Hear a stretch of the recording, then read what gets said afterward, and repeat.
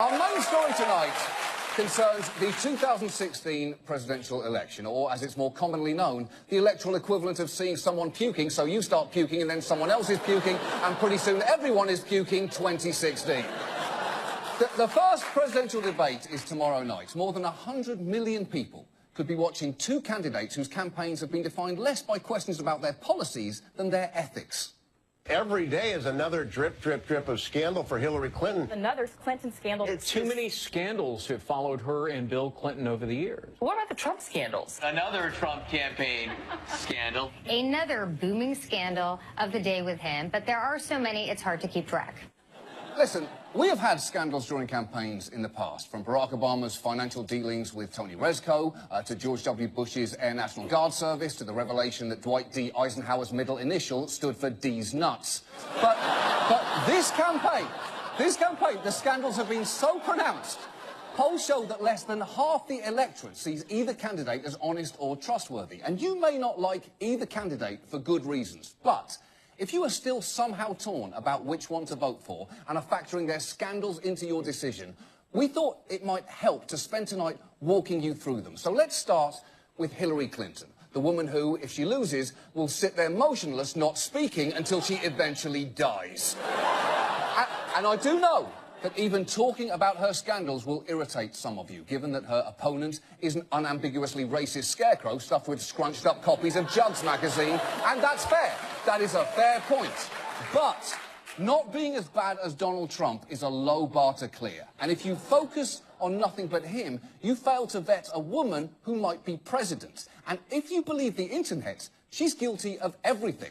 Just click around, and you can find such masterworks as Hillary Clinton, Hillary ordered the murder of the children of Waco, Hillary the butcher of Benghazi, and my personal favourite, is Hillary Clinton Satan, Hillary, I am the devil.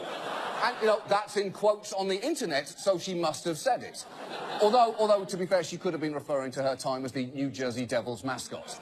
Now, many of Hillary's most famous scandals have been heavily litigated in the past. For instance, Whitewater. Now, more than 6 years of investigations by 3 different prosecutors and multiple congressional committees failed to find sufficient evidence of wrongdoing. Then there was Benghazi. Now, 8 congressional investigations broadly concluded the State Department could have done more to increase security at the embassy, but none found evidence of wrongdoing by Clinton. And then there is the problematic issue of the Swiss file transfer. And while, yes, investigators found Hillary was in Zurich at the time of the transfer, and documents show she was aware the transfer took place, and yes, the Clintons did have something to gain financially from it. The fact is, the Swiss file transfer is something I just made up right now. But the very fact that for a second you kind of remembered it says something about the tone of coverage surrounding Clinton. But many rational people are still worried about 2 particular scandals. It turns out nearly half of all Americans are very concerned about both her emails and the Clinton Foundation. So let's start with the emails, which you may remember from their starring role at the Republican National Convention. She put our nation's security at extremely high risk with her careless use of a private email server. Hillary Clinton cared more about protecting her own secrets than she cared about protecting America's secrets. She jeopardized the American people, our national security, with her secret email server. She lied. OK. Hillary's emails were basically the unofficial theme of the RNC, right alongside How Loud Can Giuliani Scream and Happy Days Residuals Can't Buy You Attention.